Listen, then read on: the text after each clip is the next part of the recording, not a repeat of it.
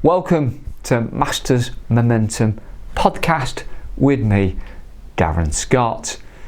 So today's podcast is going to be about highlights of the outdoor season.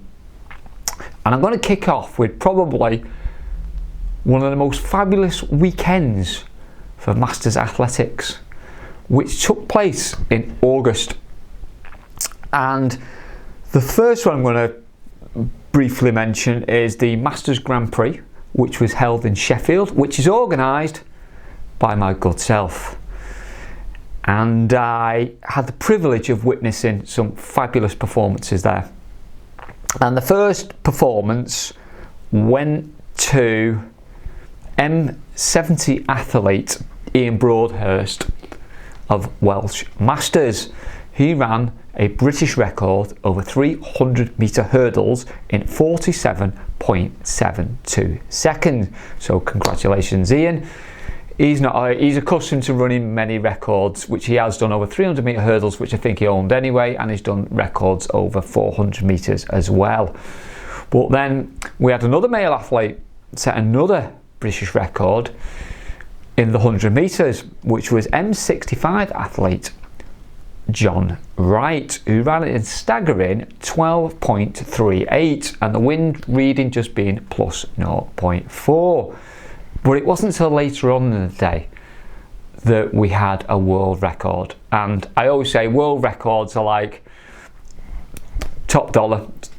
And again, it was done by John Wright again. And he ran an incredible 200 metres. He ran 24.47 seconds, wind speed only 0.8. It was just a brilliant performance. So congratulations, John Wright, on your world record at the Masters Grand Prix. And everything was ratified, and it's all up there now, world record list. And he was overjoyed. I remember coming up, he was signing some of the paperwork, and he could hardly sign anything because he was so excitable that he just broke another world record, because he set a world record in 2023 in Poland indoors. I think that was his first, and he's just become an incredible athlete. And I mean, I've known John Wright for years, and it was like when he was 50, 55, he was a great athlete, but I would never have thought he would have been a world record holder. But it just shows you that keep on striving, keep on going, wanting to win and see where it goes. But yeah, to do a world record back in 2023 in indoors, is it due to his retirement? I believe John Wright was a postman. Maybe walking all them miles every day doesn't really help a sprinter, because for me, if you're doing, I don't know how far a postman walks, but let's say it could be 10 miles, 15, 20 miles, I really don't know, but slow twitch fibers. So maybe with him stopping all that walking and concentrating more on speed work, he's just hit a brand new level. I don't know, but it's phenomenal. But it just shows you, doesn't it? He wasn't a world record holder back in his younger days, but he's a world record holder now into his 60s and now 65. So absolutely phenomenal, John Wright. And he's of Northern Masters. So we had that great day on the Saturday at the Masters Grand Prix, as I say, in Sheffield. Then we moved down south in Nuneaton, and we had a BMF championships it was a outdoor pentathlon 5,000 metres championships. And the good news is there was some open events, which I'm fully supported. I think they should put open events on within championships, because it brings extra revenue in. But not only that, it gives it other athletes, it brings more people in. So for me, having the open events on was a fabulous idea, and I hope it continues. So anyway, there at Nuneaton, this lady again pops up again. Her name, Sarah Roberts. Again, Southern Counties lady. She's a W75 athlete.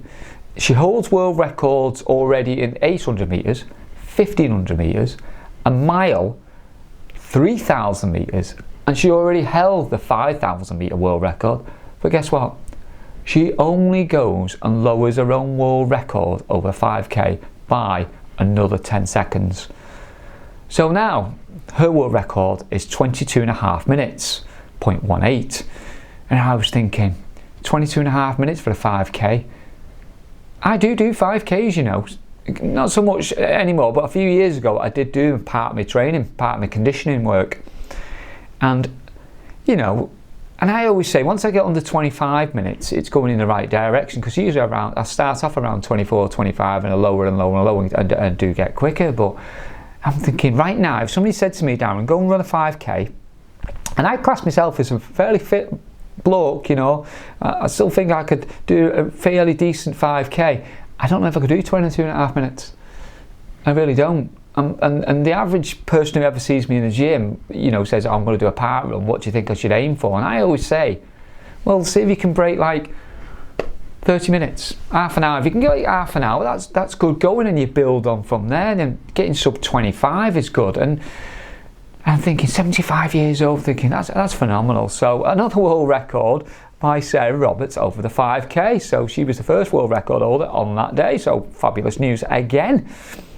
Then, not to be outdone there was a few more world records, but on the relays. But we'll talk about another individual lady who set a British record in the pentathlon. She's a W65, Susan Frisbee of Midland Masters. She did an incredible record because she did a points total was 3,812, but the existing record was held by Jeanette Ashton with 3,078 points. She amassed 700 points more. That is basically another event, so she must have been phenomenal. And now she set the bar for someone else to try and break that record in future. And that's what records are about for me. I mean, they're there as a bar. All the records are bars, and then for anyone who, you know, can win gold medals and that, and they look to try and get that little bit better, they might look at a record, so it drives them again, it gives them motivation and thinking, can I break that record? And that's what they're there for, higher the bar. So well done to Susan Frisbee. And the other world records come at Nuneaton came in a rarely run but increasingly more popular 4x800 metre relays. Now we're going to come to the W60s first, the W60 world record is held by the USA in 10 minutes 46.23 seconds, set in this year, July 2025. So the relay squad that was put out was Virginia Mitchell, Elke Hausler, Christine Anthony and Claire Elms. So they assembled one hell of a great field. Now we weren't disappointed because they did break the world record, because this particular team ran 10 minutes 38.8 seconds. So they basically knocked off 6 seconds. So that was the first world record. But then we come to the W45 age group, where Ireland hold the world record with 9 minutes 26.49 from last year. So the British team put out Kirsty Booth, Maria Shaw, Eleanor Carney and Zoe Doyle. But this one was a lot closer, because this was been really exciting, I imagine, for the athletes and the girl on last leg, and I'm assuming it was Zoe Doyle on last leg. So when she crossed that line, the clock would have stopped. But I'm not sure she would have said, did we or did we not? Because let me tell you, they broke the world record by 11 hundredths of a second, which is basically a blink of an eye. That's it, a thickness of a vest basically. And you wouldn't know that crossing the line. You would look and you're thinking, have we done it, have we not? And you have to wait then, because you have to wait for it to be ratified. The photo finish team have got to look at the picture. Then they would have got the good news, and then there would have been elation, wouldn't there, being, yes, we've done it. So fabulous girls. That would have been great to watch, because I would have been excited just watching that race and seeing how close, and just thinking to myself, and they got to the line, clock stopped, have they done it, have they not?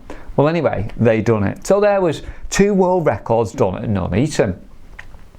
Well, on that day, on the Sunday the 24th, I was actually already working at Bury, where we had the Bury Miles and we had a BMC.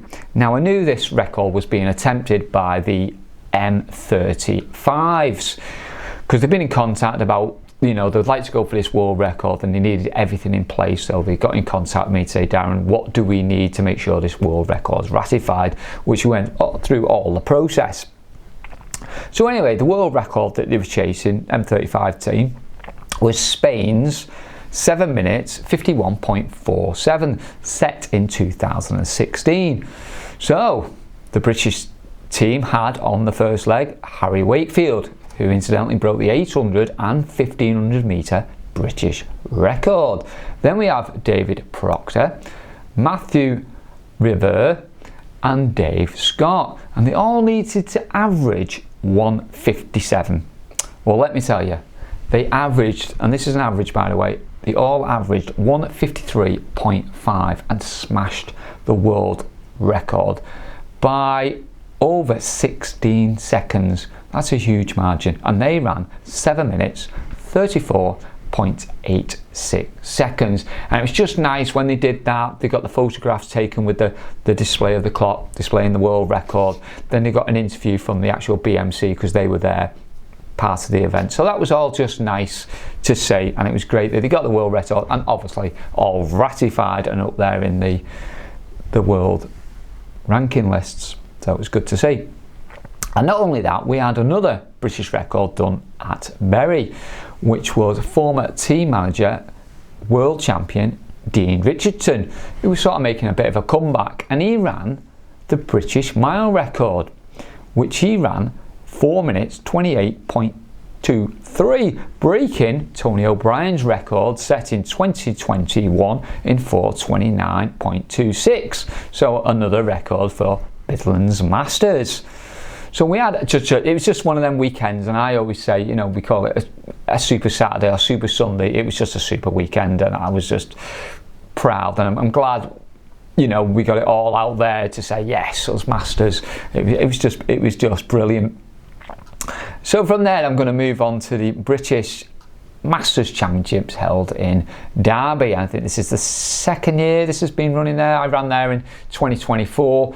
I actually wasn't impressed with the warm-up track at the time for the sprinters, because we were just on a grass field, and it was raining as well, so it wasn't the best preparations to do sprinting on. But I believe this year they had a better warm-up track, so maybe I can get your thoughts back on, you know, was the warm-up track a lot better? Did it cater for the sprinters, hurdlers, example? Did it cater for everyone that it needed to? And I must say, the British Championships I done way back in 2006. So you're talking nearly 20 years ago now that I was doing the British Championships. And let me tell you, it's come on leaps and bounds since when I did it.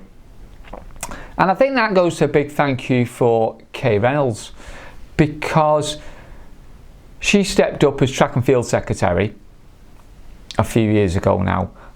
But she did introduce the stuff that needed to be introduced in my opinion, which was, you know, we got live streaming, we got commentary, we got a podium for the first time, you know, so they were all in the right direction. She did change the timetable, not to everyone's cup of tea, but you never please everyone. It's over 3 days. She made some decisions about officials, bringing them more locally than just bringing them, you know, from a long way. So saving on money. So for me, that was, I believe that was the right thing to do. I mean, surely you would want to save costs, because it costs a fortune to get officials. You know, you got to pay for travel expenses, and you know, you got to put officials up in hotels and travel expenses. It all comes in. It's a big budget. So for me to try and make it more localised was in my opinion the right thing to do. It upset some officials, and I get that, but if you look at the bigger picture, I think she did the right thing. Anyway, when Kay stepped down, we now have Wendy Kane, and well done to Wendy Kane, by the way, because race walking team, they get a gold medal in the European Championships. Congratulations. But Wendy's putting a great job in. She tried to take the reins and still move the championships in the right way. So, you know, keep implementing, you know, the live streaming, the commentary, all that sort of stuff needed that. But unfortunately, this one in Derby this year in 2025 is a little bit disappointing. Even though I wasn't there, I was competing at the Stratford Speed Series down in London.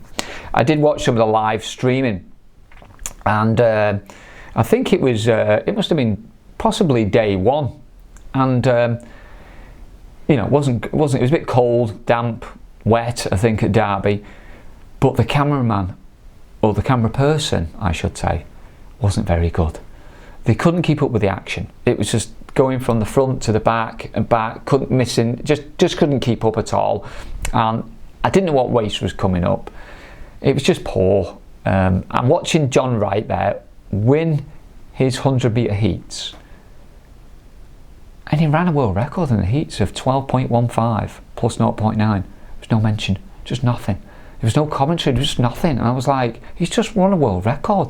They didn't even know. I think it took him a few days after to realise he'd broke the world record, which for me was a little bit disappointing.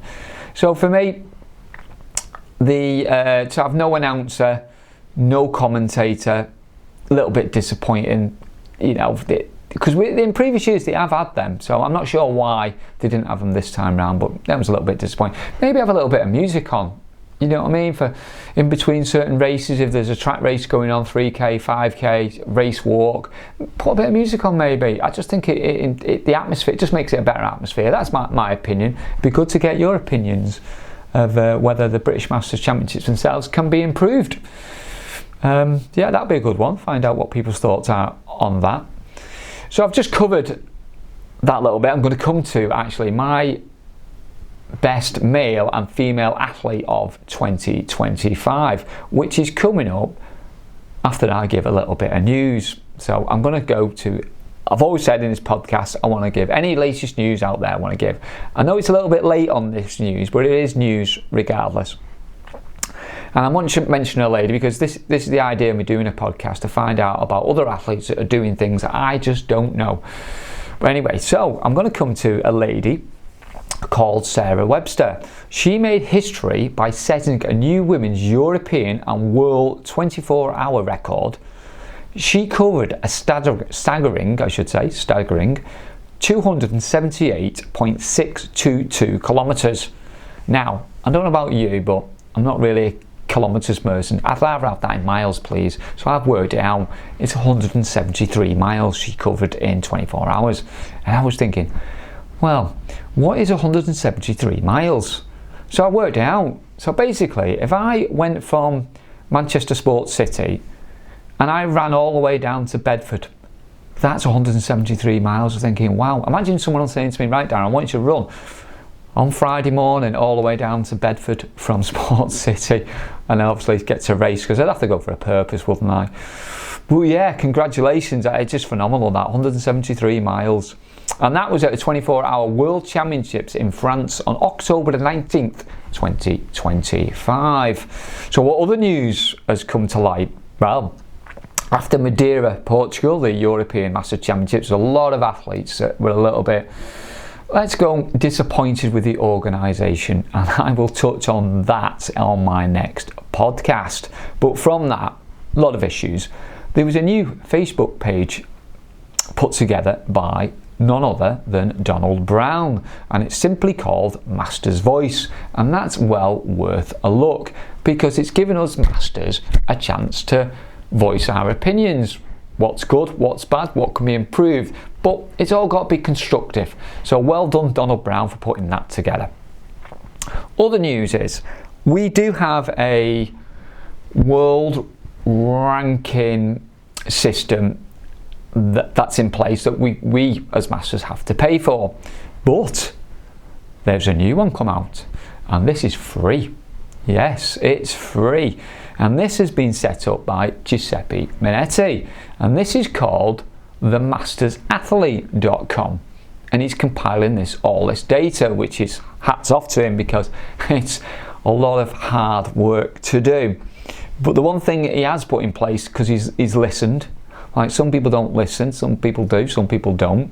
The World Masters ranking lists that are in place, I've emailed them 100 times, and they'd say, yeah, we're going to do it, we're going to implement it, and they don't. Well, this is where Giuseppe has done it. In the sprints, I just don't like the fact someone's ranked higher than me with an illegal wind. So basically, if I go and run 11.52 legal, that's great, but if someone runs 11.50 with a hurricane with a plus 20 wind, they get it ranked above me. No, it's not, because it's not legal and it's not ratified. It won't be classed as a record, where mine would be. And I think that goes for the jumps as well. I don't want to see someone long jumping with, a force 20 behind them and someone with a slight minus or legal. That should be ranked above. That's my opinion. Not sure what your opinion is, but that's how it is for me. So well done, Giuseppe. So that's well worth a look. So there's a bits of news, and I'm hoping other people who've got any breaking news or something that they'd like me to talk about, then please get in touch. I'll be more than delighted to put it on this podcast. So now I come to my favourite bit. Who is my male and female athlete of 2025? Well, I had two for the males. I narrowed it down, which, is quite difficult. But I've gone for M60 athlete Robert McHargue of Scottish Vets. Or would it be M65 John Wright of Northern Masters? So it's basically a sprinter v middle distance. Now, no surprise here, but it is a surprise that I nominated Robert McHargue as from Scotland, the indoor, fabulous indoors. So he was my number one indoors. But I've gone for the outdoors, and I've actually gone for none other John Wright. I've definitely gone for John Wright this time. His 2 world records over the 100 and 200 metres for me has just edged out Robert McHargue, because I know he's done world records as well, but 100 and 200 metres was just remarkable. The way he did it was just, to knock over 2/10 off a world record in 100 metres is phenomenal. It's miles, it's a class. So for me, that's it. So I'm going to go John Wright, Northern Masters, is the male athlete of 2025. So now I come to the women. Now, I had 3 women that I've sort of nominated, and I've gone for W60 athlete Claire Elms, I've gone for W75 athlete Sarah Roberts, and I've gone for W85 Yvonne Williams. Now, there's a all middle distance and a thrower, and this lady, for me, got it. I think for indoors and outdoors, she's been absolutely fabulous there this year. So for me, the female athlete of the year from Masters Momentum goes to Sarah Roberts. So congratulations, Sarah Roberts. So there you go. Male athlete of the year, John Wright. Female athlete of the year, Sarah Robson. So congratulations to both. Now, before I go, I like people to ask me questions and answers, actually. So I've got a question from a guy who works with me in the gym called Paul. So Paul's going to ask me my first question, and I hope this takes off, and other people can either give me a voice message, text message, or a little video asking me a question, and I'd be delighted to answer. So Paul, over to you. Hey Darren, what is it that motivates you? Is it the competing, or is it just taking people's records? Wow, there's a question for me. Is it about the competition, or is it about me breaking other people's records? Well, I think this is pretty much a simple one to answer, Paul, which is probably to your surprise, or maybe to others. It's definitely all about the competition. Because that's where you start, don't you? I mean, when I first started athletics, it wasn't about breaking records or anything. It was just about me racing and me trying to do better. So I trained to become faster, become better. And that's all we try to do as athletes. We get a buzz out of just doing a personal best, or even a season's best for that matter, and you just want to keep on proving. A record only comes into your thoughts when you are already close to it. So let's say a record for me, I've just ran 11:08 in 100 metres legally, and the record is 11:01. Then it's 7 or 8 hundredths away from me, and I'm thinking, now the record's possible. So now what I do is, okay, I've won the gold medal, but I look at that record and thinking, do you know what, if I train well, keep away from injuries, maybe that record's attainable. So that's what you do then, you just go and train and believe that you can break that record. So that's what it's all about then, Paul. It's all about the competition, first and foremost. Secondly, about records. So, glad I've answered that one. So that's it for me today. I hope you enjoyed Masters Momentum podcast number 2. In the next episode, I'm going to be talking about my own review actually of European outdoor championships held in Madeira, Portugal. Now, I have nicknamed this the good, the bad, and the ugly, because that's what it actually is. It is really a mixed bag, but you'll find out more on my next podcast about that. And just before I go, that I'd just like to say that congratulations, we had 79 British records set this year, 2025, up until I've done this podcast, because there'll be some done after this podcast, but 79 British records, so congratulations to all of you. And we've had you're not going to believe this, we've had 116 world records set. Yes, 116. That's a lot of athletes, a lot of records. And the idea of doing this podcast is to celebrate them all, but not just the record holders. For everyone that just wants to be a part of the sport, you've got your own stories. Let's tell them. Let's bring them out. Let's share with the other Masters athletes, because we all can't be champions. We certainly can't be that. We might aspire to be champions, but yeah, that's phenomenal athletics performance throughout the years. So on that note, thank you for listening. So what I'm going to say is, sleep well, eat well, train well, and I'll see you on the next podcast. And don't forget to share, because that's how we're going to make this Masters Momentum podcast the place to be. Bye for now.